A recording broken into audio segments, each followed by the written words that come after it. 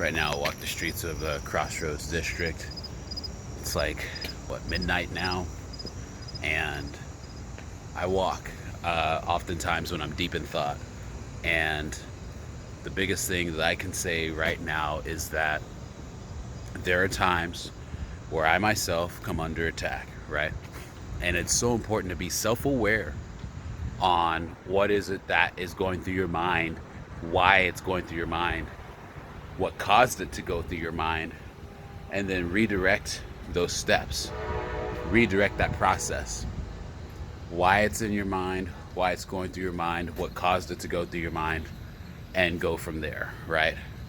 So for me, right, this is what I call re engineering the situation, the issue.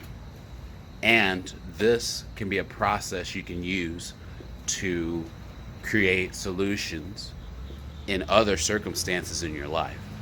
Sorry, it's like my mustache is bothering my nose. So, for you guys that are watching this, when you come across situations mentally where you feel you're under attack of yourself, by yourself, where your inner self is attacking you, this is a perfect opportunity where you can begin to dissect the thoughts inside your head, why they're taking place, what caused them to take place, and how to overcome that, right? How to correct that.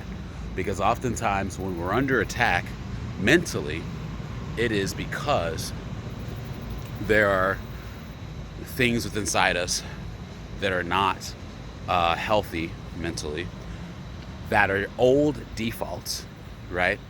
And old defaults or mental habits, old self-talk, bad and negative self-talk will create these attacks inside our mind.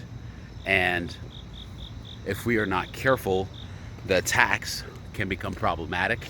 They can change our perception, not only for ourselves, but for the world around us, for our interactions with people, right? And so this is why.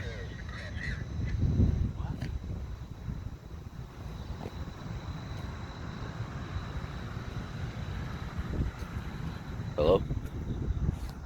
I swear I heard something.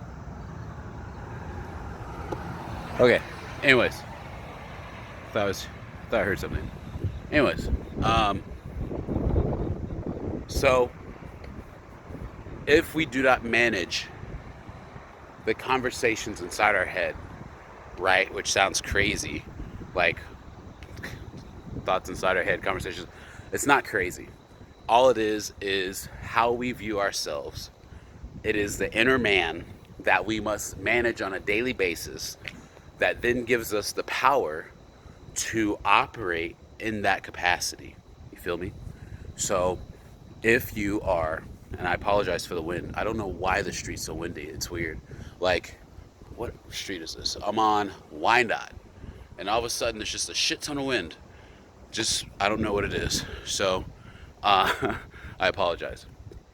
So, the inner self that conversates creates these thought patterns, then creates a inner interpretation of who we are. I call it a inner self-image. We have our outer self-image. That's the pretend.